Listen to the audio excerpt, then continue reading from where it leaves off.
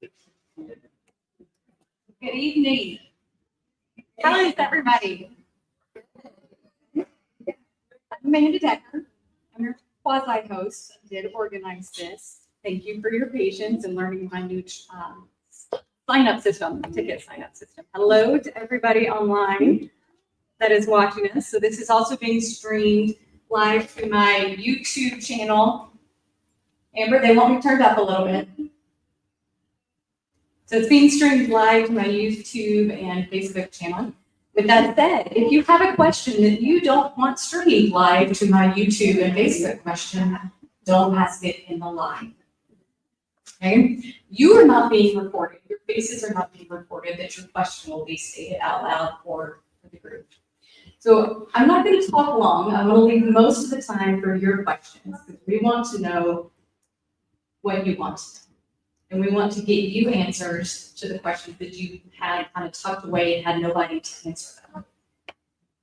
I've been in medicine for 20-something years. He's been in medicine for 20-something years. We have lots of experience.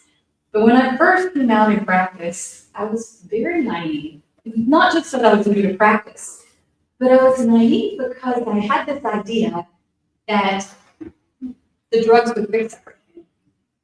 That people would walk into my door and I would act like this computer inside my head, type in your symptoms, out would come a diagnosis from my head, and then I would know what to prescribe you.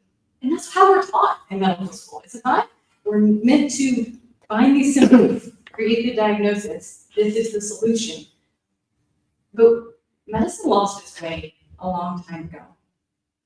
Medicine used to be about what you put in your body, how you moved your body, your connection with other people, your connection with the earth, your connection to your creator. That's what medicine was about. And yes, it's great that we've had the advancements that we've had. There's probably a lot of people in this room that would be dead right now if we didn't have some of the medical advancements that we have. But about halfway through that career, I realized I'm not meant to be a computer that pumps out a diagnosis and pumps out a treatment plan that is a drug that puts you just coming back to see me in 3 months to give you your next drug or your next dose increase of your drug. I was created to be part of the healing process. That's my talent, my calling. But for me to do that, I have to invest in my clients, and my patients, and my friends, because my clients become my friends. And our battery just died. So I'm going to talk really loud. Now we're going to project. So you got to come from here. Here. You might get treated like you're my 16-year-old. I'm projecting. So this part of my career, this new journey that I'm on, is to spend time with each client individually, to get to know them, invest in them, help them get back in touch with the things that are going to help them heal. Not just maintain, not just slow the process to death, but to move further away from it. And I'm looking for people to join me. So you're tired of being on that process of just slowing down the pathway to death. Come talk to me. Talk to my staff members. Because we want to help you move in the opposite direction. But I also realize I can't see everybody inside of my clinic walls. So 4 years ago, I became a conference organizer. Not this kind of thing. This is new, but a much bigger scale. So we created an event called Low Carb for Better Health. And that event is designed to connect attendees to each other. Let you hear the stories of other people, how other people have healed, how other people have found their way back to health. And to bring to you experts in the field. Not just people who are following treatment algorithms, but those who broke free from that and found a way to help people regain their health. So leading experts in the field, great people, great environment. And did you guys, well, I was raised in the South. in the Bible Belt. I went to youth camp. Anybody else go to youth camp when they were younger? Okay, so you know when you go to youth camp and you come back and you're like, yeah, I'm all fired up. You're ready to go. You're going to tell everybody about your youth camp and you're going to save the world. Well, it's the same thing, but it's for health and not for God. So you're going to come back from low carb for better health and be like, yes, you're all riled up and you're ready to tell everybody about it and you're ready to do it in your life. And those events, they help to spur you on during the year when it gets tough. Because life change is tough, isn't it? And we need each other. We need to connect with other people so we all don't be oddballs trying to be different. All right. I'm Dr. Ken Berry. If you don't know me, I've been practicing family medicine for over 22 years in Camden, Tennessee. I went there working, moonlighting in the emergency department, and everybody that saw me said, you need a clinic. And finally, I said, okay, fine.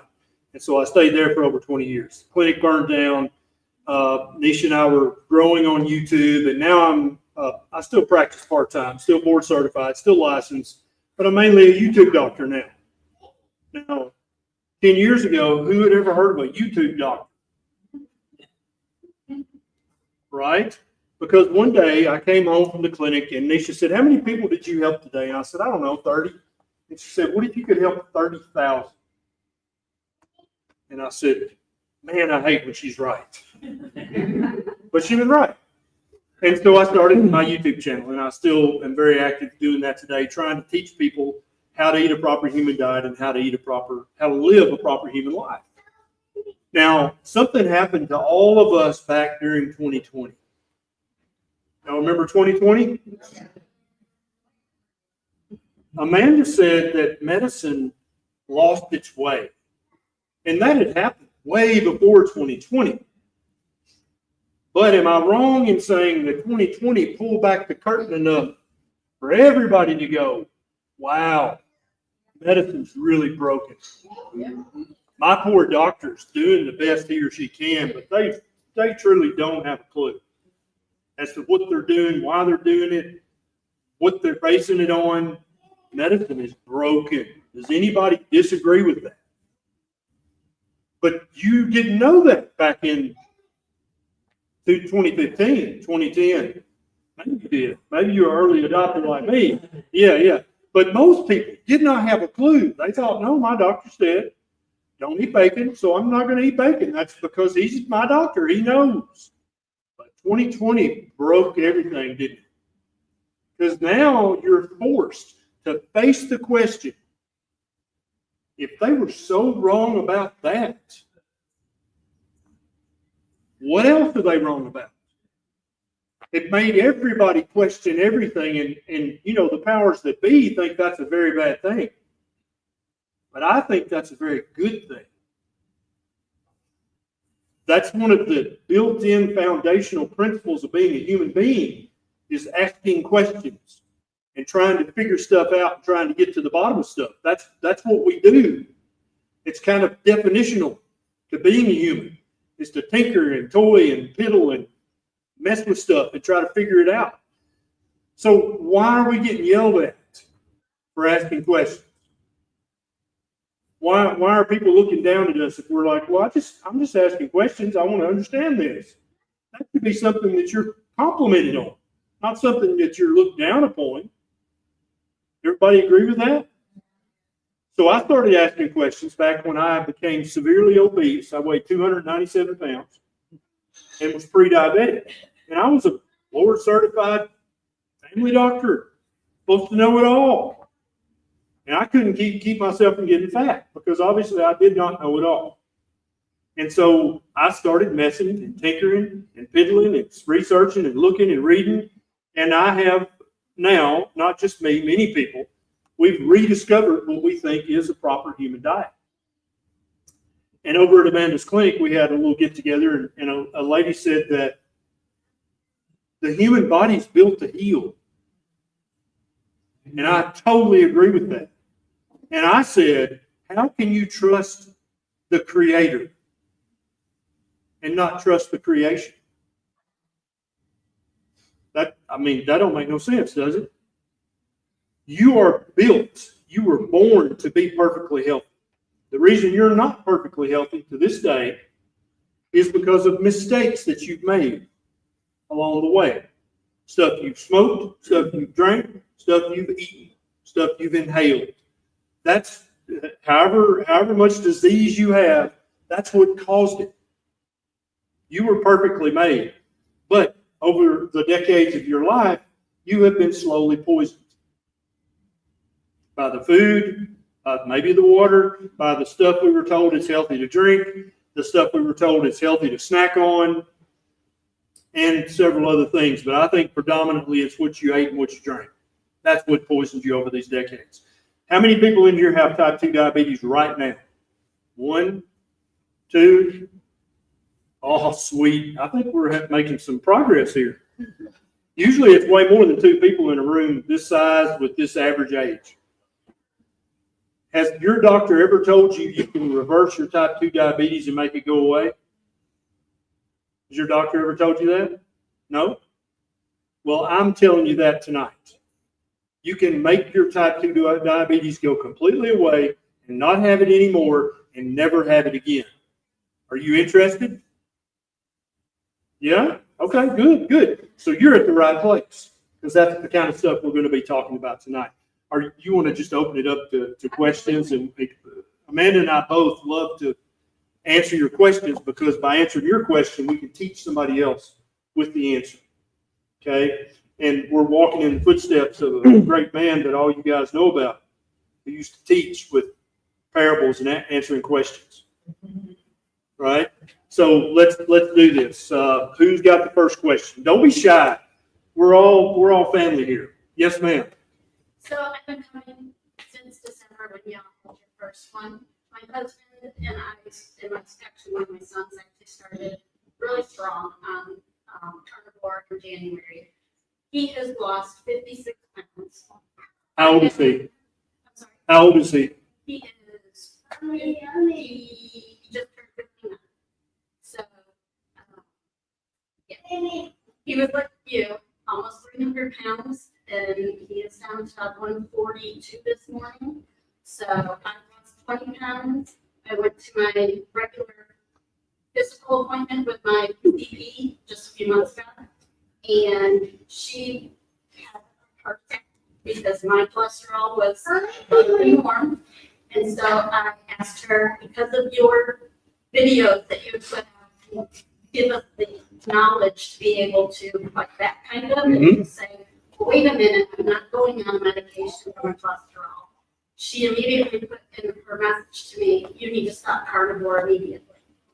And I said, wait a minute, let me go and do the cardiac calcium score test. Yep. Let me have the lipoprotein A blood test done. Yep. And we'll go from there. Cardiac score came back 0. And my lipoprotein score 12. Nice. So I have a big fluffy cholesterol that I'm supposed to have. Gotcha. Like now she's starting to come back because I work in her office. And she's coming back now almost daily going, okay, so what do you think about this idea? Or What do you do in her office? What's your role? Okay, so you're a receptionist. The doctor's now coming to the reception.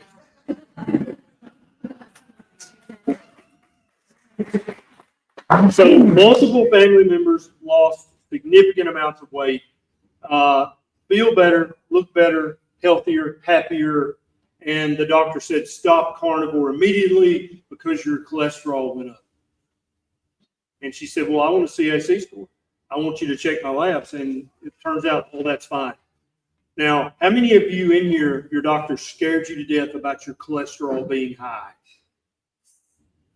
Yeah. I want you to guess.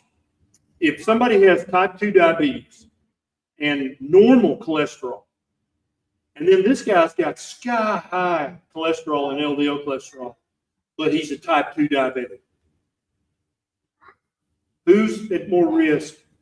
This guy's got high cholesterol, no diabetes. This guy's got terrible diabetes, but good cholesterol. Am I messing that up? Scott, who's going to have a heart attack? A diabetic every time, all day, every day. Diabetes is about 10 times more likely to give you a heart attack or stroke than having high cholesterol. Now, I'm not saying high cholesterol, high LDL is completely without risk. I'm not saying that. I'm saying the risk of having high LDL compared to the risk of having type 2 or type 1 diabetes that's uncontrolled, right? You understand? So her doctor was freaking out about her high LDL cholesterol, but completely ignored the fact that she's no longer qualifies as obese. And your husband, is that who it was? He definitely has transformed his entire health. He don't even look like the same guy. He's not here, but I can tell you, he does not even look like the same guy. But more importantly, does he act like he used to act? In a good way or a bad way? We'll just leave that right there. But do you understand? When you're fat and sick and miserable, it's hard to be loving and kind and caring and thoughtful. It's just harder. It makes you selfish when you're miserable and you see other people having fun and doing stuff, and you can't do that. Does that sound familiar? Yeah. He's not like that anymore, is he? You're like, wait for me, would you? Right? Yeah. I love it. Okay. Great comment. The only thing that I'm going to add is early in January, I did a YouTube on this particular subject. It was looking at a study that was rating the things that correlate with cardiovascular disease. I would recommend going and finding that, printing off the study, and just not long on the doctor's desk. Yep. Because diabetes was number one. Insulin resistance, or the stage right before we get to diabetes, or hyperinsulinemia. You got too much insulin floating around your body. Obesity is correlated. Smoking. Louder. Smoking. So diabetes, insulin resistance, obesity, smoking. Those are your number one. I talk in that video about hazard ratios. And the higher the hazard ratio, something is found in a study, the more likely it is to lead to whatever that thing is that you're looking for. So I believe LDL was a hazard ratio slightly over 1. You have to be over 1 just to show. Okay? But all those other ones are like quadruple that or more. So it does correlate. Correlation doesn't always mean causation.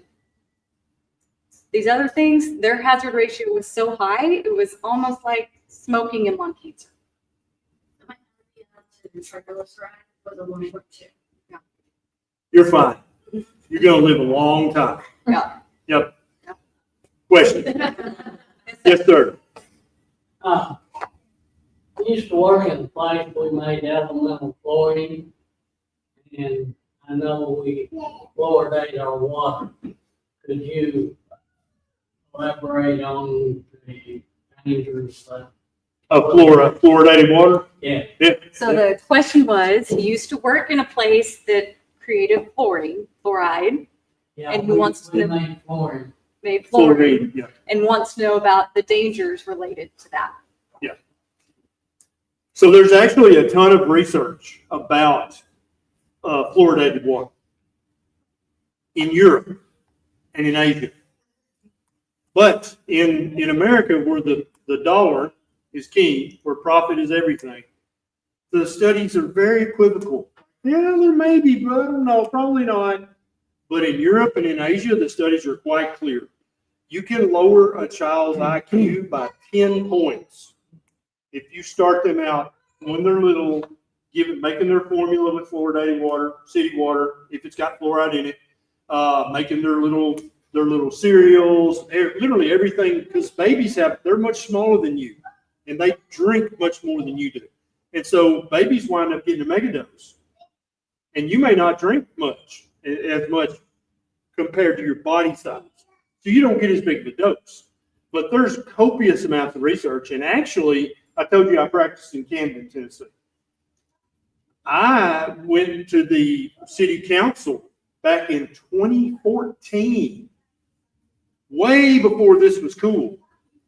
And I convinced 3 out of the 5 city council members that they need to take fluoride out of the Camden municipal water supply. I don't need 3 out of 5. That's all I needed was 3, and I got them. And they took that out of the Camden water supply in 2014. So don't think you can't do that in your community. And that right now is the perfect time because it's super popular, but it increases it's a slight risk. It's not like pure poison unless you're at the factory and you take a spoonful of the powder. That'll kill you dead as a hammer. It destroys my cartilage in my joint. Because he worked at it in it with much higher concentrations, right? And so it's a tiny concentration in the water, but there's no benefit to drinking and swallowing fluoride. None, 0. There might be some utility to fluoridated toothpaste, for at least some people, to fluoride treatments in the dentist's office under dentist control and supervision, but just drinking fluoridated water is dumb. And I'll just tell you the corporate mentality in America, there are multiple of the cholesterol medicine companies have tried to talk about putting statins in the water supply. They've tried to talk about that multiple times. They've never got to first base because everybody looks at them like they're from Mars. But they've tried that because they're like, well, fluoride, why wouldn't you want to put some Zocor in the water? Just a little touch. And everybody's like, no. But fluoride's been in the water for so long that it's been normalized. People just think, no, you just do that. Everybody's done that forever. But it's not normal, and it's not healthy. If you need fluoride, you can go see your dentist. You can get fluoridated toothpaste. You do not need to drink fluoridated water. Thank you. From what I understand of the studies, too, that were looking at that, applying it locally was only beneficial in those who were consuming high sugar diets.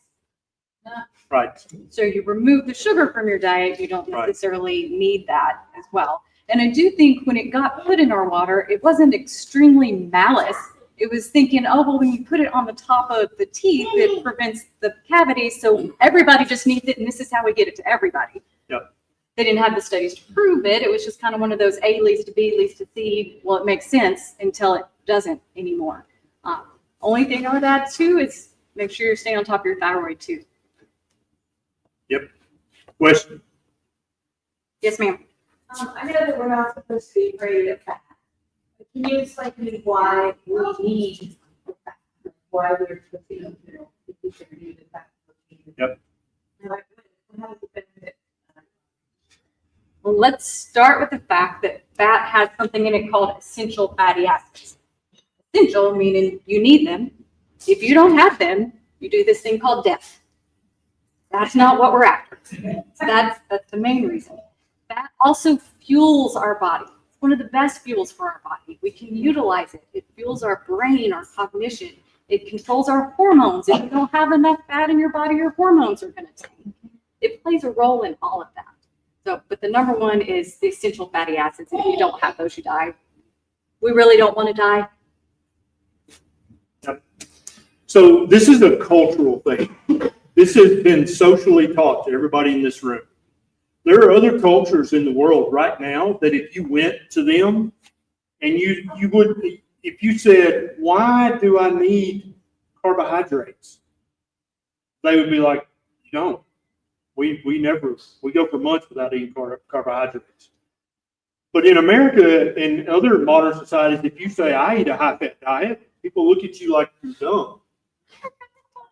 Right? But in these other cultures that still exist in the world, if you told them, hey, I eat a high-fat diet, they would say, good, that's good for you. This is socially trained into you from the time you're little. It makes it feel true. It feels true. Because your mama told you, and your grandmama, and all the commercials on TV. Some of y'all used to actually watch commercials on TV. I don't think anybody does anymore. When I talk to teenagers and 20-somethings, I say that, they're like, what the hell is it? What? A commercial on TV? What are you talking about? Or Saturday morning cartoons that are like, I watch cartoons whenever I want to. I don't know what you're talking about. This has been socially indoctrinated to fear fat. There's no science to support it. Human beings are lipivores. We love fat. And I don't mean that we just love to eat it because it tastes good. We crave it because it's good for our bodies. Your brain is predominantly made of fat and cholesterol. Every nerve in your body is wrapped up in a myelin sheath that's made of fat cholesterol. You've got over 1 trillion cells in your body. Each membrane of each cell is made of cholesterol. But yet cholesterol and fat are bad for you. You're literally made of it, but it's bad for you. That's the kind of upside down world that we've been living in for the last few decades.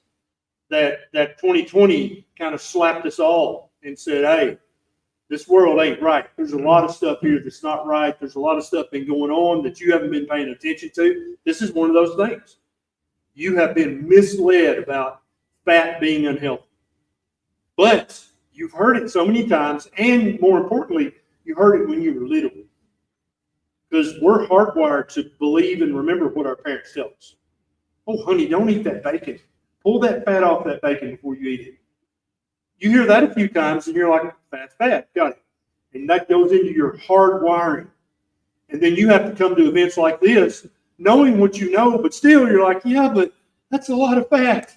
And I don't know, I'm still kind of nervous, right? That's what's going on. This is indoctrination. This is propaganda. Many of the people that promoted the propaganda did it with the best of intentions. Your mama wasn't trying to hurt you. She's trying to help you. She was just wrong because she had been mistrained. That's the cycle that we're having to break now. Is we've been mistrained about lots of stuff for lots of decades, and now we're all going, okay, well, if they were wrong about that and they're wrong about this, what else are they wrong about?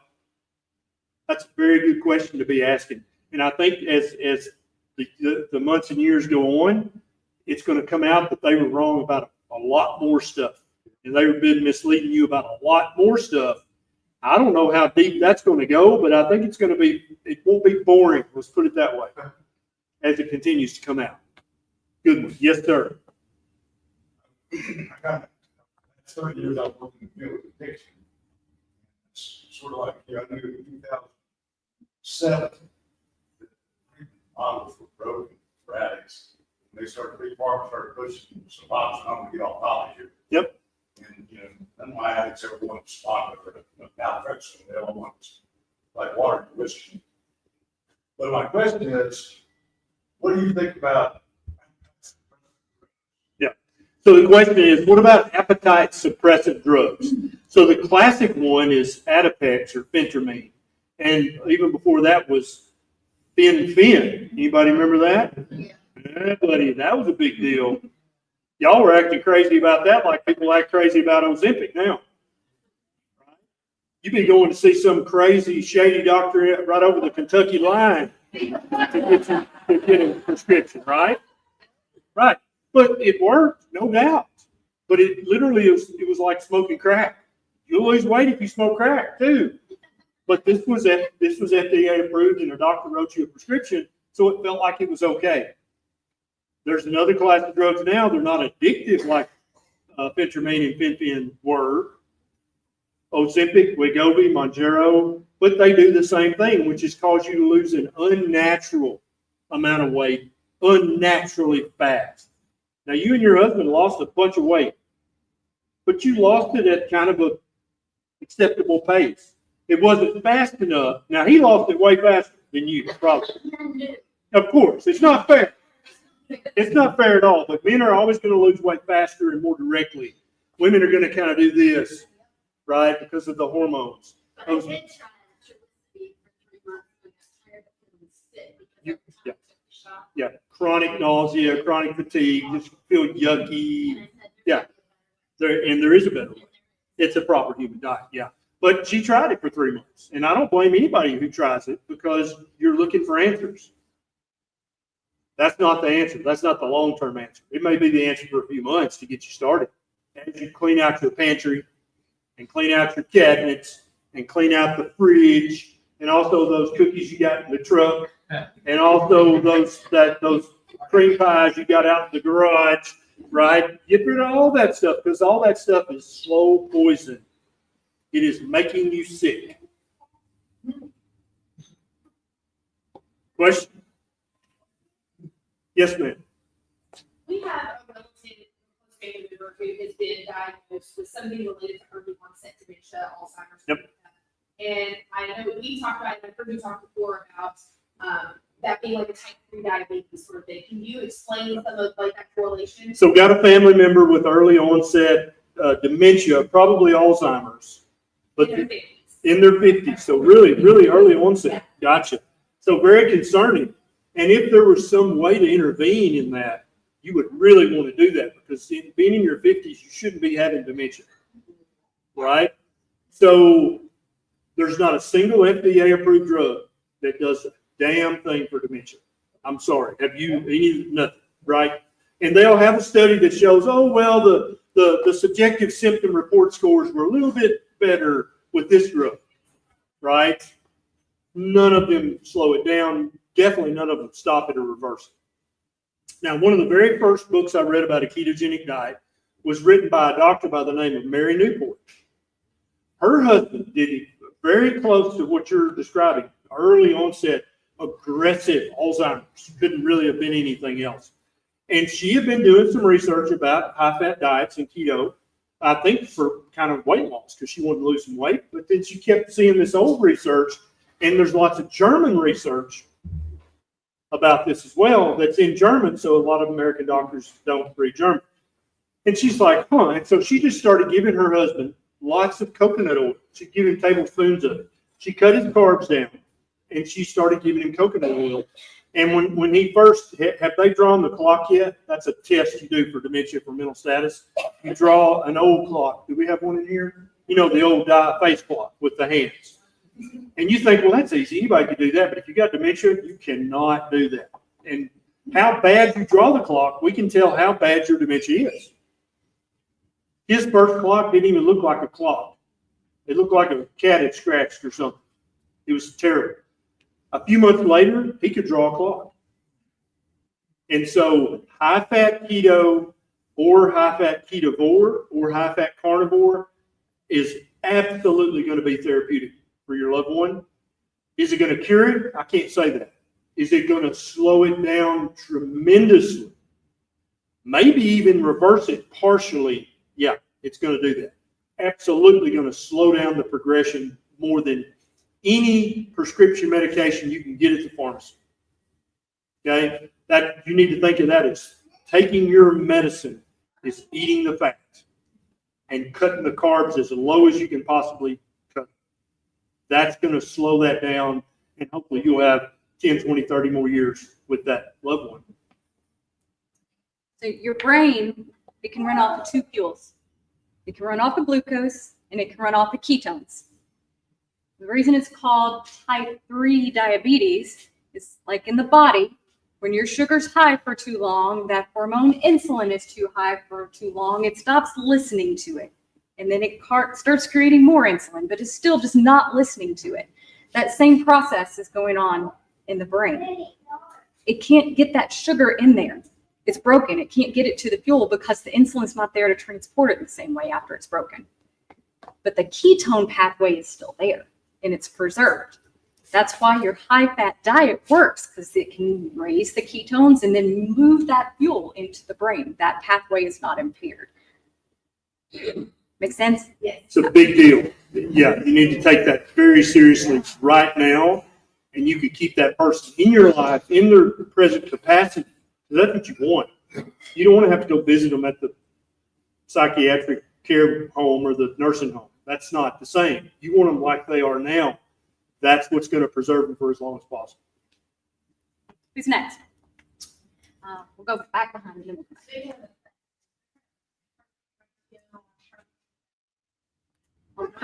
Protein and fat. Well, there's ratios that we can throw out there, but your perfect ratio is going to be specific to you, okay? Because you may need a little bit higher protein, whereas the person next to you needs higher fat. So there's going to be some self-exploration there. I usually say start at a 1-to-1, and then tweak from there. Yep. Yeah, and so the answer to your question, is there a perfect fat to protein ratio? The answer is no, not for this room. But there is one for you. But it's also going to change as you get older. It's also going to change as you get healthier, right? You maybe needed to start, and I think starting out 1-to-1 for grams of food So 70-30 ground beef, that's almost 1-to-1 fat protein, right? A fatty ribeye is 1-to-1. An egg yolk is 1-to-1 fat protein.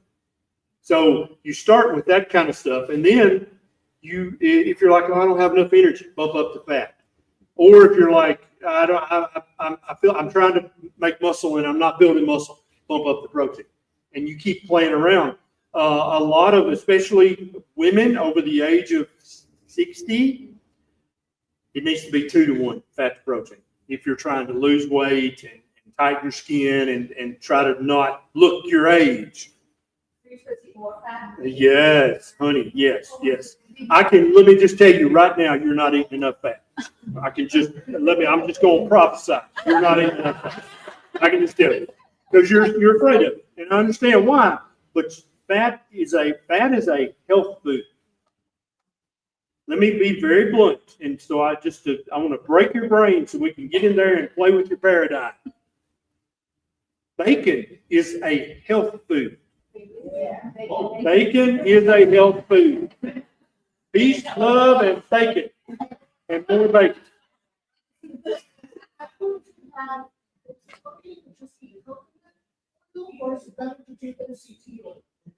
So is it better to use coconut oil, or is it better to use MCT oil, which is a subfraction of coconut oil?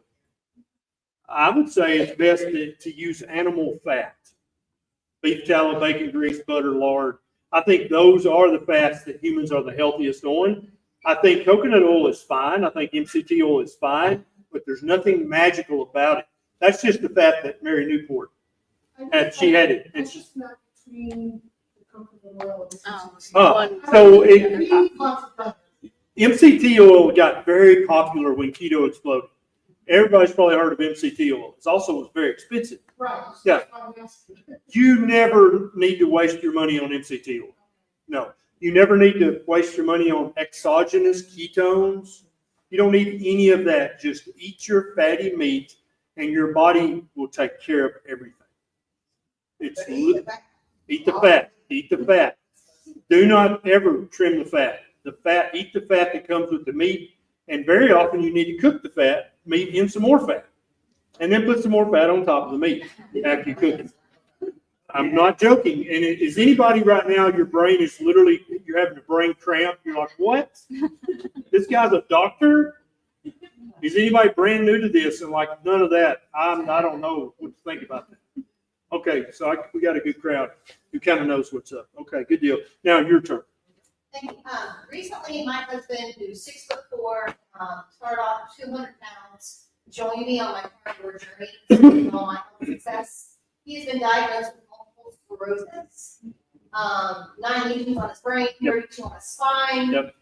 But he has lost an exorbitant amount of weight to where he looks like he's a Holocaust victim. Yeah. He's 6'4". 6'4", 162 pounds. Yeah. And I try encouraging him to lift heavy things, more protein. We're doing keto chow milkshakes twice a week for him. Yep. And the weight is not coming back on. Yep. Any advice? Yeah. So, 6'4" husband was severely obese. Now severely underweight. 6'4", 164 pounds. And a lot of times in America, if you see somebody that's normal size, you think they look skinny, but he truly is too skinny. So I like everything you're doing, but the first and foremost thing I would do is I would take him to the doctor, because we know he has MS, but that weight loss is not typically a common symptom of MS. We need to rule out that there's nothing else going on. Does that make sense? He needs a good thorough checkup, maybe a full body scan, something, just to make sure there's nothing else going on here. But now there are some people that when they get enough fat in their diet, it turns off their hunger. They're just not hungry. Does he just not eat much, or does he still eat a lot, but he's just skinny? He eats about double what I do. And Okay. I've been stalled on weight loss for about 6 months, and it's like, See, that ain't fair. no. Not fair at all. It's not fair, but it's just how it is. But he's too skinny. And I don't think he's unhealthily skinny, but that's too skinny. He needs to go and have a complete checkup. Okay, good. But just then you've already done that. And so now at this point, what would you recommend? Add some carbs back in so you can put on some fat? No, because I still want the ketones for the MS. Exactly right. I Exactly. would do more Yeah. frequent eating windows. Like I normally in my practice, I do not encourage that you snack or graze or eat multiple times throughout the day. I want you fasting longer. We're But not it gets cows. We're not cows. But in this case, I actually want to, and protein does stimulate insulin a little bit. Yep. So I want those more frequent to stimulate insulin, which is going to encourage more fat storage And lift heavy things. and lipid. Yes. Because there's only two ways you can gain weight, my friends. Only two ways. You can either put on fat or you can put on muscle. That's it. There ain't no other way. And so, yeah, I love your idea. Let's eat 3 meals a day and snack on still high protein stuff all through the day. And that's going to keep his insulin level bumped up, still in a healthy range, but to the point where he's going to be able to put on some weight because his body fat percentage is too Yeah, he's currently at 3 meals a day. good. I would start doing some kind of bacon or something as a snack in between those meals and encourage him to eat up. Yeah. Let me say this. And again, in an attempt to break your brain and so I can reach in there and mess with your paradigm, there is no such thing as a healthy snack. Ever. I don't care what it is. I don't care how much it costs. It never improves your health to eat between meals. Unless this situation. Except in this one situation. That's right. Does that make sense? And so a lot, you remember the snack whales, only 100 calories. You're like, it's just 100 calories, baby. I'm about to smash that. Right? No. But even keto approved foods, low carb foods full of healthy protein and fat, you need to eat discrete meals and eat until you're full. And then don't snack in between meals. If you're snacking in between meals, one or two things is either going on. Either it's a habit, you need to break it, or you didn't eat enough when you ate your meal. And so many people are like, keto's not working for me, carnivore's not working for me. Keto crap. And and sometimes they're eating the keto bread and the keto cookies and the keto cake. But sometimes they're like, no, I'm eating just 3 keto meals a day, but I am having a keto brick between breakfast and lunch and a keto chow shake between lunch and supper. And then I have some keto cookies while I'm watching my show at night. They're eating 6 meals a day, right? And even if they were literally doing that with bacon and hamburger patties, that's not improving your health. Once a day, twice a day, thrice a day, eat a discrete meal, eat until you're full, and then stop eating. That's it. That's how simple it is. Your health will improve if you do that. But if you're snacking in between meals, you will not get the results that you would have gotten otherwise. Yes, next question. Or online question? Any good online? Yeah, someone wanted to follow up. What about with the fluoride and the toothpaste and that kind of thing? What about nanosilver and xylitol in toothpaste to help with remineralization, i.e. Boca toothpaste or nanosilver mouth rinse? So the only thing that's ever been shown to re-enamelize your teeth is hydroxyapatite. I don't know about nanosilver. I've never read any research about that doing anything for your teeth. If you ingest too much silver, it will make you blue. But I know a lady. It wasn't inbreeding. No, she's blue. But hydroxyapatite is what Boca is. That's why it can remineralize the enamel. Fluoride does a very poor job. Yeah. Yes, sir. What difference is that? So remember the Atkins diet? How's that different from keto or carnivore? Well, remember Atkins, there was 2 phases. Phase 1, I agree with Atkins 100% on phase 1. But Atkins, he grew up in America, just like the rest of us. He had been socialized to think you got to have beans and taters and bread, right? So phase 1 was under 50 total grams a day of carbs a day, I think. Yeah, 100%. And then everybody lost weight, but then when they went to phase 2, it kind of slowly came back. And so, yeah, I agree with his phase 1 100%. He was absolutely right on the money. But when you start reintroducing carbs, you start gaining the weight back. I lost 19 pounds in 2 weeks eating tacos, 14 grams. Yep. It- Exactly right. Yep. Yes, sir. Question about cortisol and the effect on type 2 diabetes. Taking, cortisol and type 2 diabetes. So, Yep. Shot Yep. Yep. Getting more cortisol in my system than it wants. Yep. Is that enough to put you, make an A1C above normal? So the question is, if you're in a stressful situation, your cortisol shoots up, is that enough to actually cause your A1C to be high? I mean, if you're under daily chronic severe stress, yeah, because when the cortisol shoots up, your liver's going to start making sugar, it's going to start making glucose, because that feels to your body like a flight or fight. I got to get the hell out of here. I need some energy right now.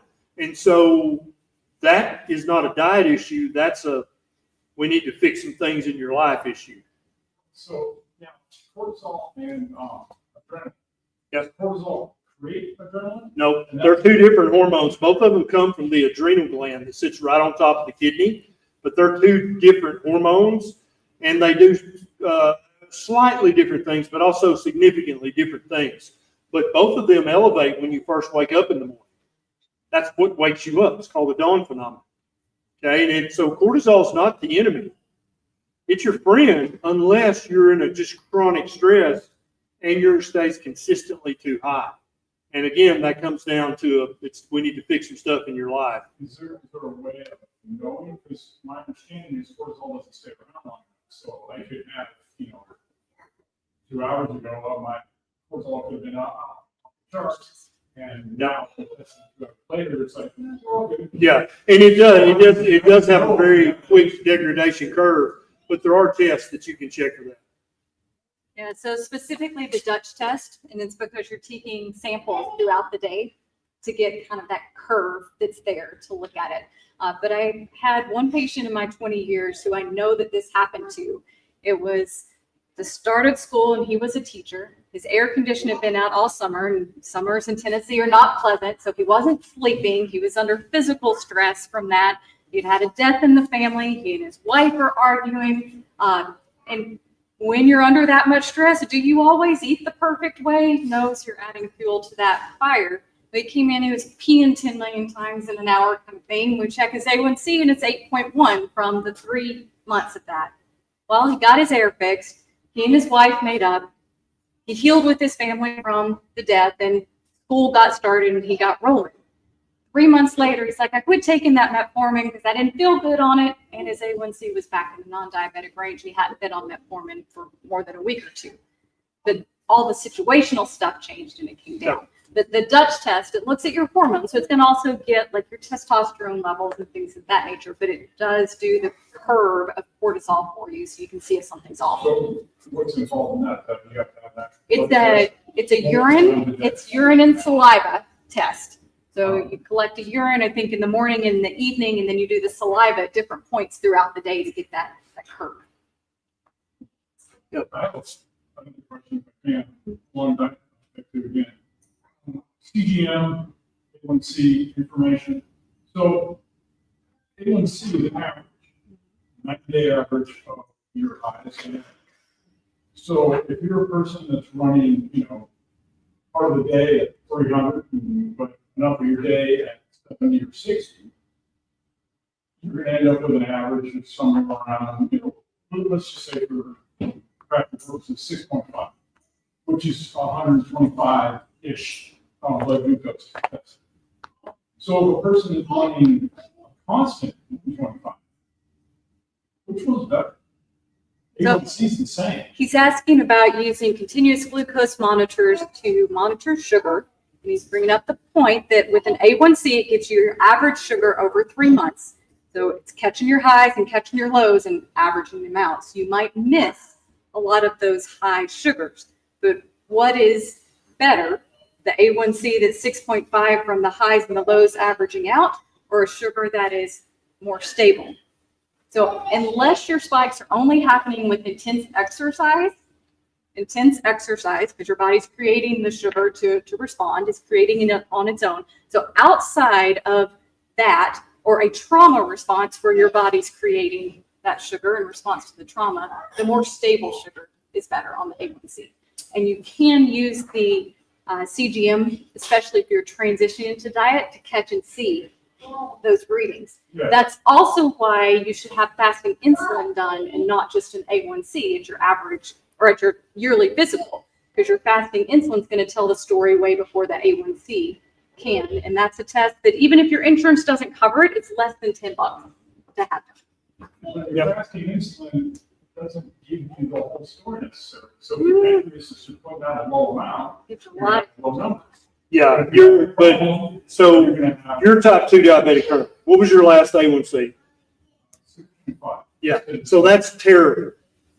You're a type 2 diabetic currently, but just barely so, but that's terrible.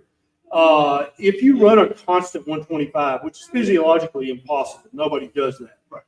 That is way better than doing the 300 to 60 thing. Way, way better, because you're thinking about this linearly. And this is actually not logarithmic, but it's a geometric progression. When your blood sugar goes above 200, you're glycating way more than just the linear amount of the change, the difference in the numbers. It's double and triple and quadruple. It's not. Yeah, that's what you're missing here. And so if you cut the carbs enough, you will no longer be type 2 diabetic. Well, let's talk after. Have you had a fasting insulin check? Yeah, I got it. Beautiful. We'll take a look at your labs. Yes, absolutely. Yes. Well, let's Yep. speak to that just for a minute, because what I've gotten questions on a lot just this week in clinic is I'm doing everything right. You know, I'm carnivoring the heck out of this right now, but my situation is not resolved. Why does my situation not resolve when all these people on the internet's situation is resolved? The hard truth is, and I hate being the bearer of that bad news, sometimes we can't reverse everything 100%. We can make it a heck of a lot better. We can prolong our lives. We can make our lives better, but we may not be able to get that perfect number or get rid of that diagnosis completely. Now, my psoriasis is a different story. I've had it since I was 5. It's controlled with my diet, but it's not gone. I can't make it go away. No matter how hard I carnivore, no matter how hard I keto, it's still there. And it's hard to live with that you're like, man, I'm doing everything I can, but I'm still not fixed. Whether it's depression or anxiety or anything like that. Don't feel like you're doing something wrong because your condition didn't go 100% away. Sometimes we do the best we can. And it keeps us going, but it may not get perfect again. Questions? Yes. What's more of a natural? I have the gastric sleeve, and I was on PPIs for a long, long time. But I got off of them about a year ago, so I still feel like I'm having to take tons all the time, something like that. So the question is, what can you do naturally to help with acid reflux, especially in someone who's had a weight loss surgery like the gastric sleeve or the Roux-en-Y procedure? Naturally, we can raise the head of our bed a little bit. Okay, put a brick under there, put an extra pillow. How many people have heartburn? Say it again. Listen carefully if you'd like for your heartburn to go away and stay away. Definitely eat a proper human diet, but then also do this as soon as you get home. Tell them again. Now they're paying attention. Raise the head of your bed, just a brick. Doesn't take much, but that doesn't fix it for everybody. You said, you've already done that. You can look at things like apple cider vinegar, because sometimes you don't have enough acid there. A little bit of baking soda in the water, if that doesn't help, because you may need to go back the other direction. If you are trying to keep any of the low-carb products in your diet that still have wheat in them, gotta go. Any grain, 100%. any All beans, grains have gotta to go. go. But she's had weight loss surgery. Yeah. Most of the time after weight loss surgery, acid reflux completely resolves. And if it doesn't, or it has come back, that's reason to visit your surgeon again, because sometimes you have to go back in and You did? surgically revise that. Yeah. What did he because say? it's- Yeah. He said either, I should have had gastric bypass instead of. The sleeve. And Yep. so I said, I'm not doing that. Yep. Yep. with that. But then I had a hernia, so I had hernia repair, but my stuff was going up in my esophagus, and they had so much scar tissue, he was going to do another procedure, but he couldn't do it once he got in there. So he said removing the hernia would help me, but I still have it. You have a hiatal hernia. Yeah. Yeah. So I actually have a hiatal hernia, and I used to have the worst heartburn in the world. But how do you have your bed elevated? Is it, you've got stuff under the head post, or you've got one of those beds? Yeah, that's not the same. Not the same. Not the same. The entire frame of the bed needs to be elevated, because this is not the same as this. The pressure in your stomach when you're bent at the waist, it's still higher. Okay, because I did my feet too. No. Yeah, that's what's going on. Yeah. You spent way too much money on that bed.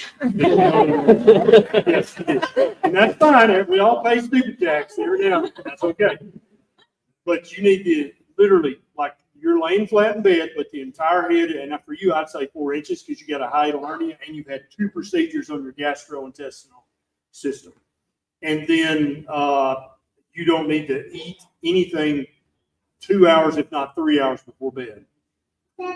And your GI system has been surgically mutilated.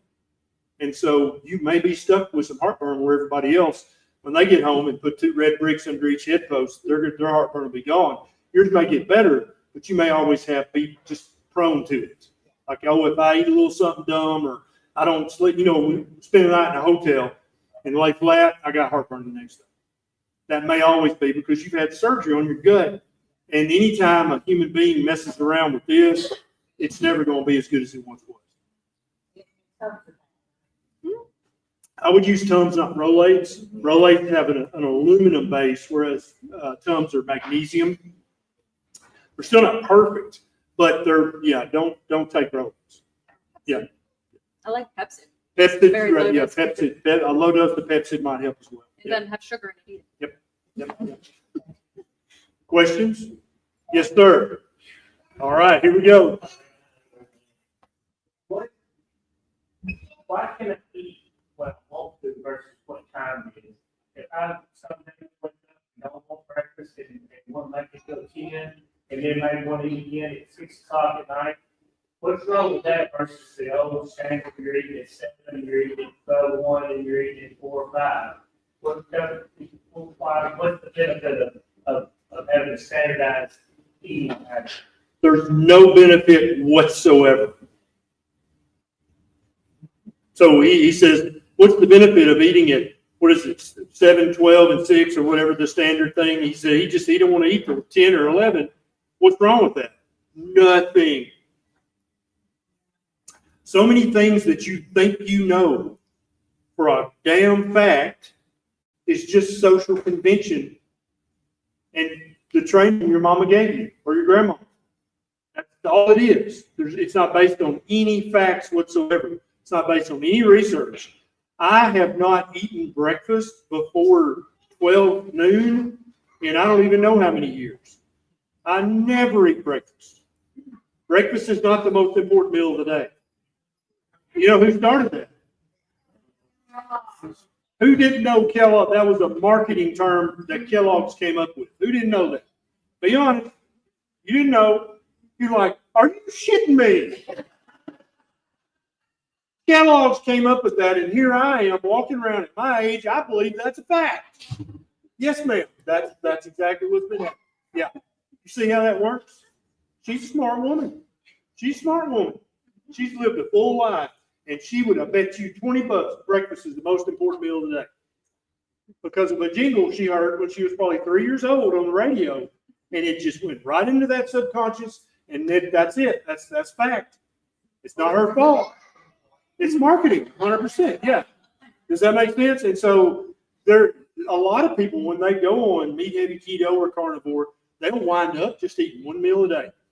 And they're perfectly happy, perfectly content. They just, when they get truly hungry, not when it's time to eat, not when you're bored, not when you're mad, not when you're bored, just when you're like, ooh, I'm really hungry. That's when you go eat. Is that not how every other animal on earth does it? They don't eat because it's 7 a.m. My sheep in the pasture, They don't have a watch. They don't know. But when they get hungry, they know to go eat. And when they get full, what do? They stop eating. That's right.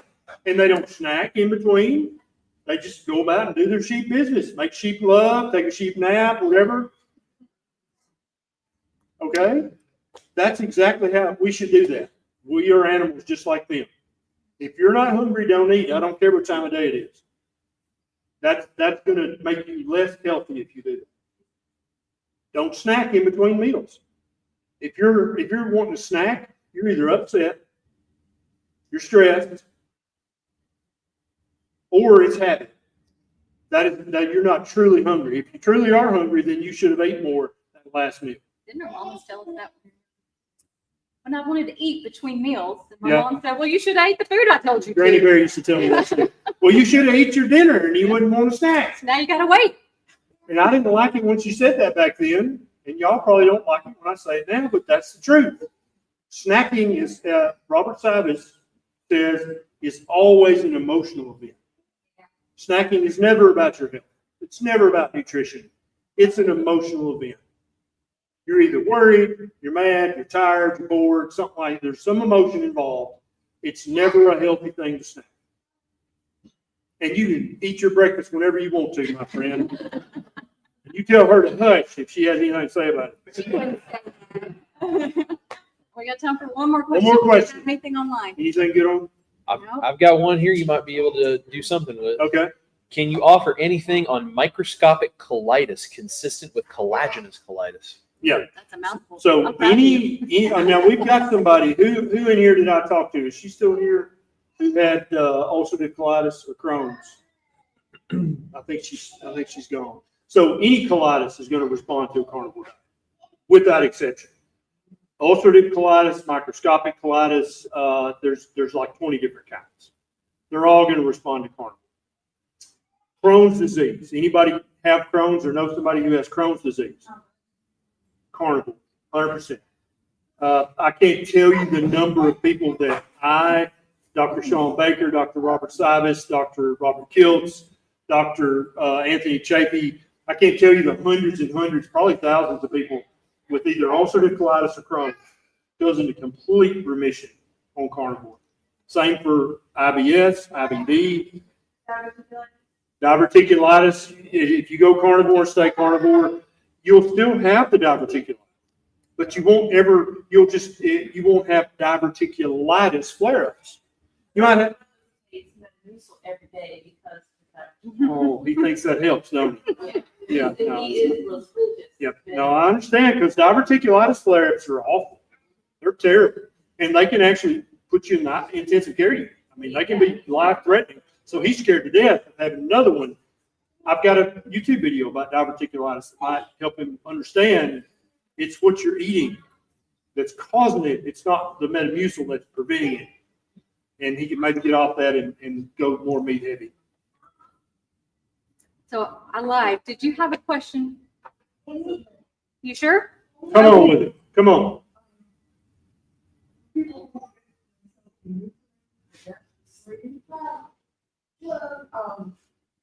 Sometimes it's hard to get in the meat, but I know that some kind of shakes are not really encouraged. But if you can't get the meat in, how will you just eat egg yolks and get those things out? So her question was, after having a gastric sleeve or bypass, a weight loss type surgery, it's hard for those people to get protein in because the stomach is smaller and you get full really quickly. Plus, your body does have to work harder to break down and digest meat. You've got less surface area there to break down and digest it. So it's really hard to get it in.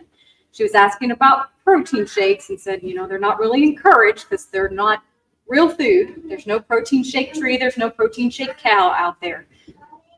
Sometimes in my weight loss plans, we still have to use protein shakes as an additive. And I encourage the Equip Food Prime protein because it's the cleanest protein that I've found, and you can sip it slowly. But I do want you to get it mostly from whole foods. And eggs is one of the great ones because it's soft. So just try to eat softer proteins to get it in. Yep. And Sometimes you still have to keep more than 2 to 3 eating windows in that situation. Yep. Because I know that's not what we say for the whole group, but your anatomy is different after the That's right. situation. So you may have to have 4 eating episodes instead of 2 or 3. You've been surgically manipulated, right? Your gut's not like it you were born with. And so therefore, just eat your meat might not help you, might not apply to you because your stomach has been surgically changed. And so you may have to drink eggs or eat soft scrambled eggs and maybe eat 3 or 4 times in your 8-hour feeding window in order to get enough protein. Does that make sense? Because your stomach is not like you came into this world. It's been surgically changed, right? But if anybody's stomach is like you were born with it, you eat when you're hungry, you eat till you're full, you stop eating, you don't eat again until you get truly hungry. And that's going to serve you perfectly well. Make sense? All right. Well, thank you everyone for coming. Watch for whenever we do one of these again. We don't have another one planned yet, but we do have Low Carb for Better Health that is just next month, September 12th and 13th here in Montgomery Bell State Park. Check out the website, lc4bh.com. There was some little cards when you came in. If you're already signed up to come, invite somebody to come. Who's already got a ticket? Several. So don't y'all feel the peer pressure to get a ticket now? You should come. Anybody online, you should come. Sweet. I love it. But we want to see you there. Yes. And the speakers are very much looking forward to connecting with everybody. The speakers are always hanging around and available for you to ask questions to in between their talks. So it's a great time to learn and connect with others. So see you there. Thank you, guys. Thank you very much.